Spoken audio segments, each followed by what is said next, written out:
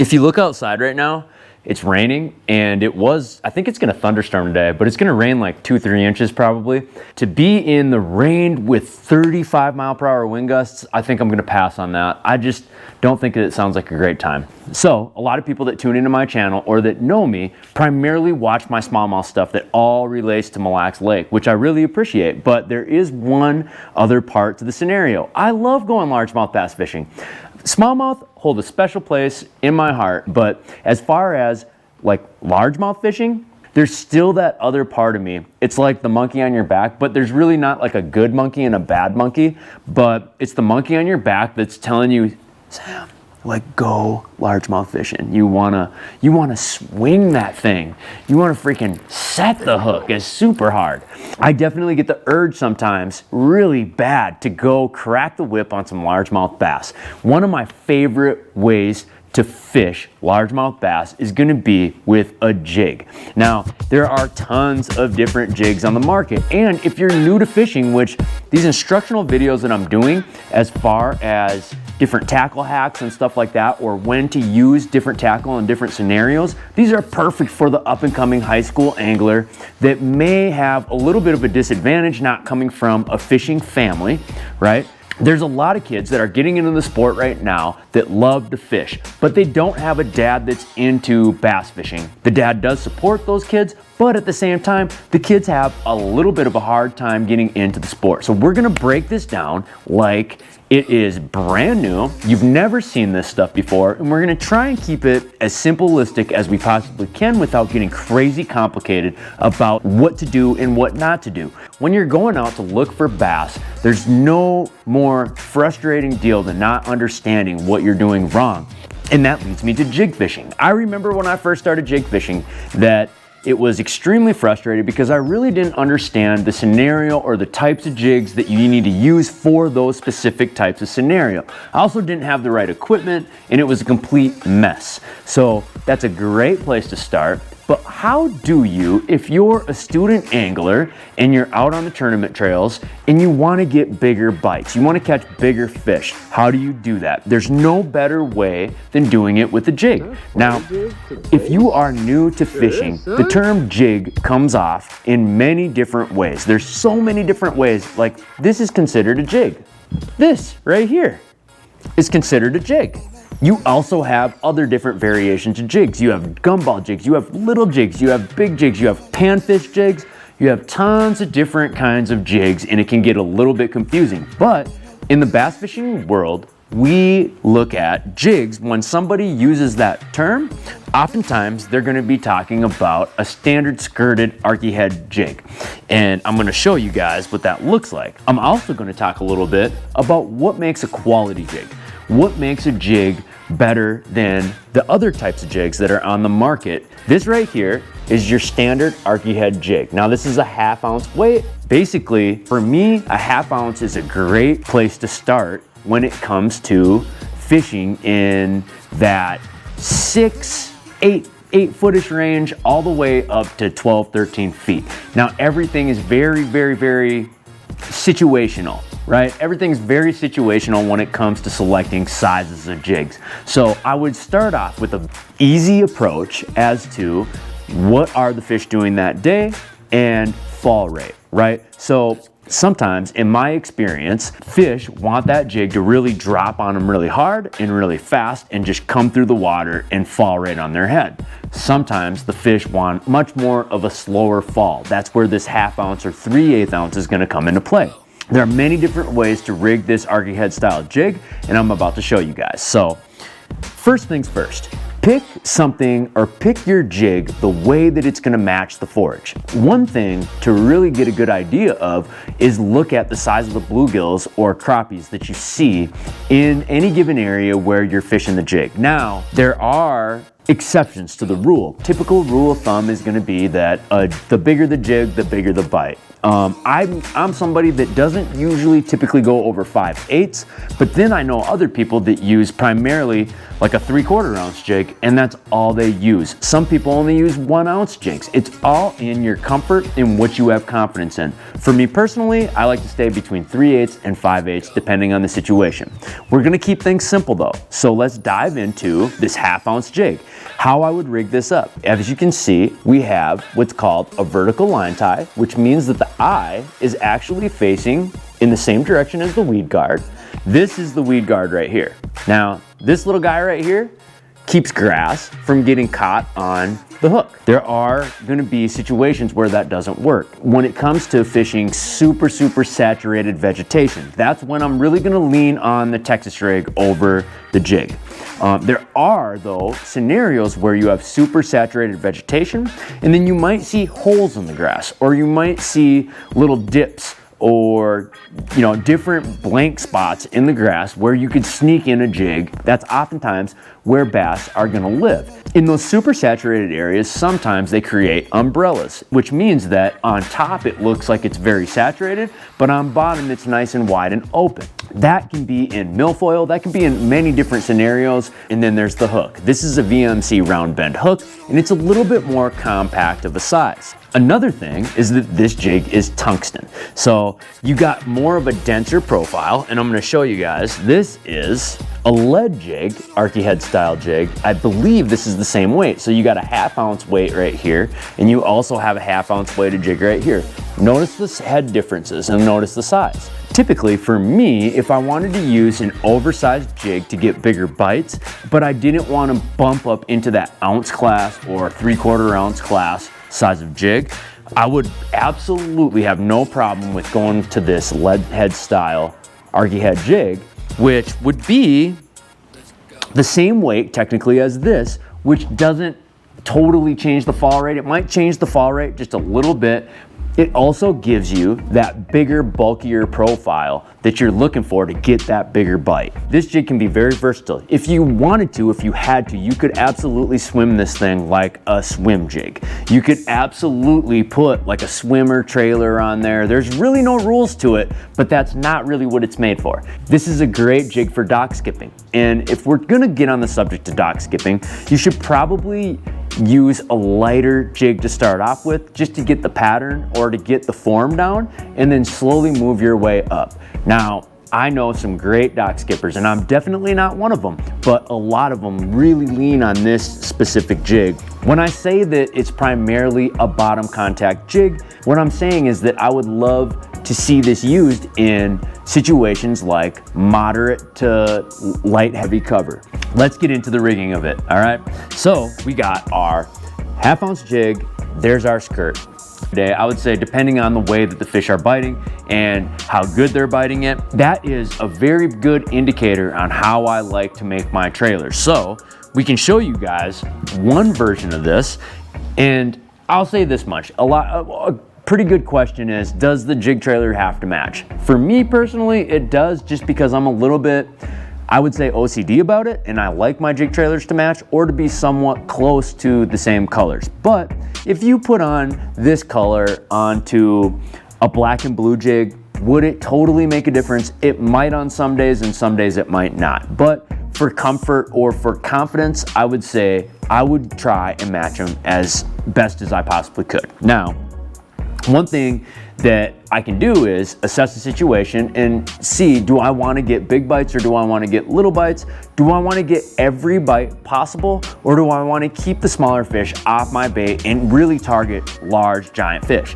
If I was going to target large giant fish, odds are, if they were really liking the fall rate of this 1/2 ounce jig, what I would do is I would either upsize this jig to maybe a 5/8 ounce, or I would switch and go to maybe a bulkier profile. With that switch is gonna be making the trailer bigger, all right?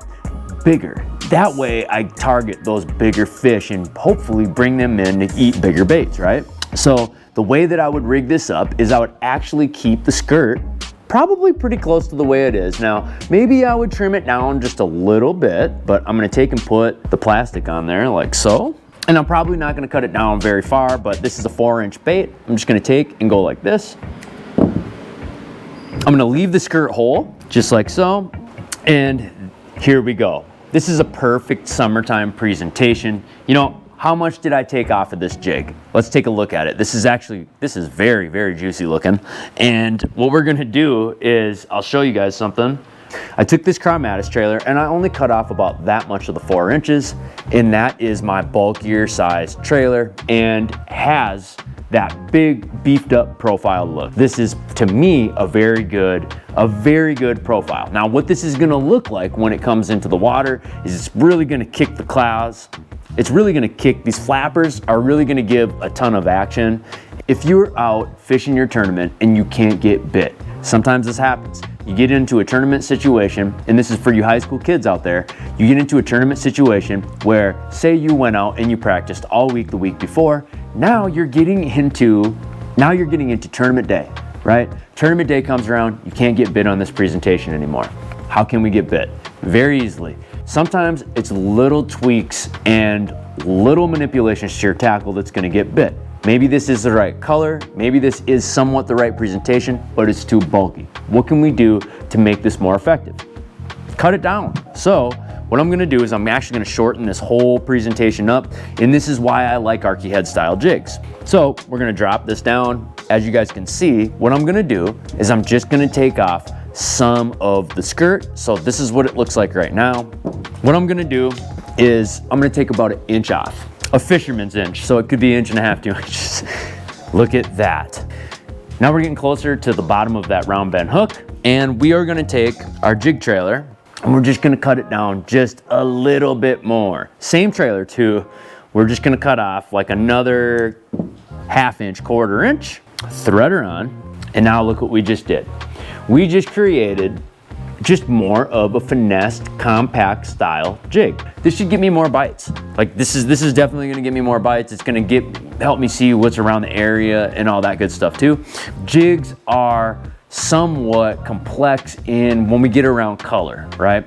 As fishermen, we all wanna believe that there's some magical color that's gonna really change things around or really is gonna change the game on that specific day. Sometimes that does play a factor, and it is the case. Sometimes you could cut just a piece of this trailer off, and all of a sudden that's the difference maker in your mind, right? Now, last thing that we should touch on, what makes a good jig, what makes a bad jig? Oftentimes it's gonna be the quality of components that you have on the jig, the hook.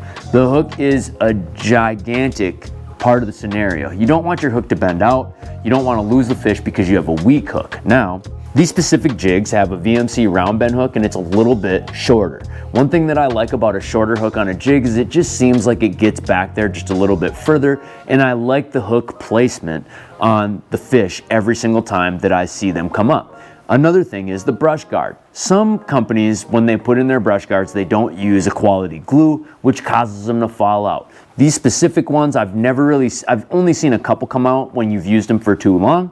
As far as this specific Arky head style goes, we got a vertical line tie on the eyelet, which I think is a little bit more convenient for pulling it through grass and stuff like that. The next thing is skirt material. There's all types of different kinds of skirt material on the market, and the way that it pulses underwater is what is gonna intrigue the fish to bite. There are rubber skirts, there are silicone skirts, and there's frog hair skirts, which I think frog hair is like a kind of I believe it would be like a type of silicone of some kind. Maybe it's a different kind. I don't know the intricacies of it, but I do know that a lot of jigs look much different under the water sometimes. So some jigs like to pulse, the hair does. And so if I drag this across the bottom, which I'll show you guys in this video, when I drag this thing across the bottom and I stop, the hair will want to move out and it'll kind of pulse a little bit as if it's like a bluegill flaring its lungs. It kind of gives it that lifelike look, which is very, very handy for catching a stubborn bass that's seen a ton of different baits. Might get you a nibble. Next, we got the keeper for the bait, right? You don't want your bait falling off all the time. You don't want to deal with every single fish getting a new plastic or threading the bait back on the hook. Every single time you do that, the bait rips just a little bit more and a little bit more. So that means you want a good hook keeper on there. These specific jigs have a double-edged points on the outside, which work perfect for holding the bait. The next style of Arky head jigs is going to be the horizontal line tie. I'll show you guys in a comparison what we got here. So that's a horizontal line tie, that's a vertical line tie. To me, this vertical line tie goes through the grass much easier than something like this. I would use this jig around wood, docks, types of hard cover, you know, reed stems, stuff like that. Next, we have my favorite jig to use in the springtime. I just did a YouTube video on it not too long ago. I don't remember what it's titled, but I'll link it below in the bottom. You guys should definitely check it out. It is definitely one of my favorite baits to use in springtime to target largemouth bass, and that is the swim jig. You know, when it comes to fishing a swim jig, there's one thing that comes to mind, and that is long casts and water coverage. In Minnesota, I would say that a large population of the largemouth bass feed on bluegill. And one of the best ways to emulate the bluegill is going to be with a swim jig. You could do the same thing with this. Same rules apply with the swim jig. We could definitely take this presentation and we could dim it down just a little bit. And there's also another version of the swim jig called the heavy cover jig. This is just the regular pro swim jig. The heavy cover jig has a lot more skirt material on it. It's definitely made of quality component. And the type of hook is we have a 30-degree round bend VMC hook. One thing that I really like about this swim jig is the fact that it goes through cover very, very well. Hard cover specifically. I like throwing this around reeds, docks, pad stems, old pads, dollar pads, stuff like that. You can really get this jig to do a lot. And if you had to, you could fish this off the bottom, but if you can tell by its torpedo or missile-shaped head, it's definitely more adequate for swimming it through stuff, and hence the name swim jig. I'm gonna rig this up for you so that you can see exactly what it looks like. There's definitely multiple different ways to rig this bait up. And to me, there's different situations that are gonna call for specific things that I'm about to show you guys. Okay, being that it's springtime and fish are still kind of in that weird in-between phase, some are pulling up the spawn, some are doing this, some are doing that. Bluegill are in the area and they are pestering the heck out of these things. There's multiple different ways to rig this up, and you can use two different types of trailers. You could use a craw trailer, you could use like a swim bait style trailer. One thing that I really like doing in the springtime is pairing it with a swim bait trailer, and in the summertime when I'm using it, I like to use more of a craw flapping style trailer. Look at that. Wow-wee. I want to eat this thing. So this is kind of what my swim jig looks like. Now this is a 1/4 ounce. In the springtime, oftentimes I'm fishing pretty shallow, like 2-3 feet of water. Over the last week, these largemouth have been dirt shallow in about that much water. I like getting my size down to like a 1/4 ounce. That way I can really move that jig a heck of a lot slower than I can if I use like a 3/8 ounce style swim jig. This is, to me, one of the perfect presentations. And again, we can do two different ways. I'm not gonna do it right now because you guys probably get the idea by now, but I could take this, and if I didn't want to take the presentation and make it smaller, I could have left it bigger and left my skirt bigger and put on maybe like a 4-inch swim bait. This specifically is a 3.3-inch swim bait on a 1/4 ounce swim jig with the skirt cut down, and that's what it looks like. It is extremely, extremely effective. This is how I rigged up my swim jig all spring when I was fishing down in Wisconsin and when I was fishing up here in Minnesota. All right, so these next two jigs are probably my favorite jigs to fish hard bottom with. And to me, they don't have a hybrid use. I mean, you could obviously use it in a pinch for hybrid use if you wanted to, but these really serve a pretty dedicated purpose in my mind, and that's gonna be fishing hard bottom with it. Deep hard bottom. Once those fish start getting out of those weed lines and roaming in that hard bottom, oftentimes you can pick them off with a football jig. And I have two different kinds right here. This is an Outkast tackle touchdown jig, and I just have a Samatis Baits craw trailer on the back of it. And then I have a Samatis Baits finesse football jig, which is by far a smallmouth killer. I was using this in the fall time, in early springtime last year. It definitely is a nice little morsel for those fish to eat. Now, this is a lead football jig, and this is a 1/2 ounce. A 1/2 ounce is a pretty good, like, standard weight to use in like that moderate 15 to 18 feet range. And typically I don't fish them much shallower than that because I am targeting that deeper hard bottom, but you could. For smallmouth, you could use either or, but I really am liking this finesse football jig. Now, the finesse football jig is a tungsten head. The word football in football jig is based around the head. So if you look at the shape of that head, it obviously looks like a football. Same thing with this one. So you got both these ones and they both weigh the same. So this is a 1/2 ounce and this is a 1/2 ounce as well. This is tungsten though, and this is lead. Even on this finesse one, I will use like a craw trailer or something like that. Right now I have a hollow tip worm on it, which to me, these smaller stick baits on these little finesse jigs is absolutely money. These fish love that. It's just a different look for it. You know, instead of having a craw trailer on it, throw something just a little bit different, and those smallmouth seem to absolutely love it. These jigs can be absolutely a game changer when you're trying to target that hard bottom. You can just fish it just that much more efficiently, I think, with using the right ones. Another trailer that I have that I don't think a lot of people use is just like a standard grub. So that is just an old school grub tail, and I have it on this football jig. And obviously what I could do, because I haven't even used this yet, I could take and I could trim that skirt down just a little bit to make it just more comparable to this jig. That with the football jig, I really think that you need a sensitive rod. You need to be able to tell the difference between if you're getting bites or if you're bumping into gravel or rocks, and it really tells you the difference between the two.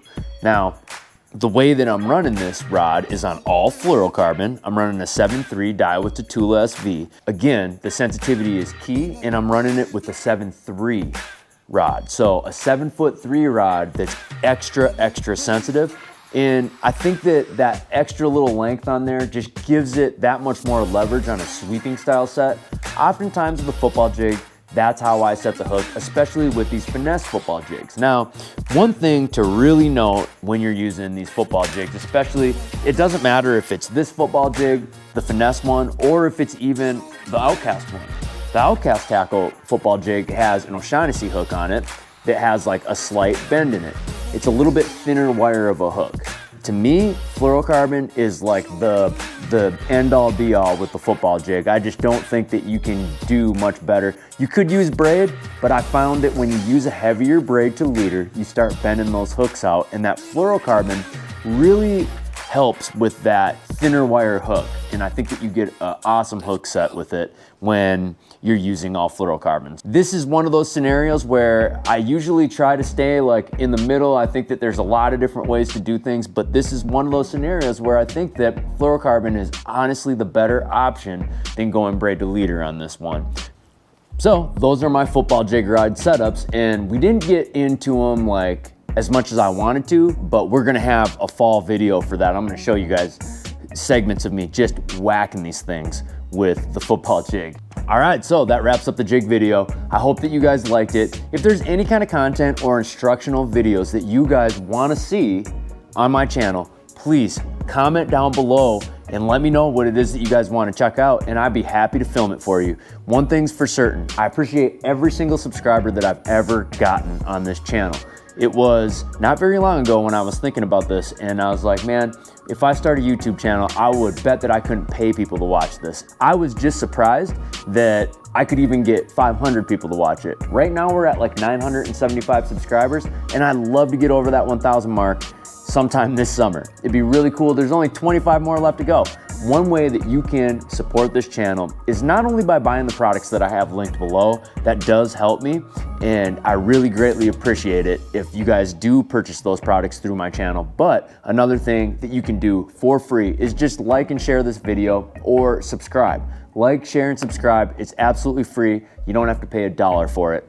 And it does help me keep on going. It supports the channel, and it helps me do what I love to do, which is share the sport that I've come to love over the last however many years, and I absolutely can't live without. So I appreciate you guys for giving me your time to watch my videos, and until next time, we'll see you on the water.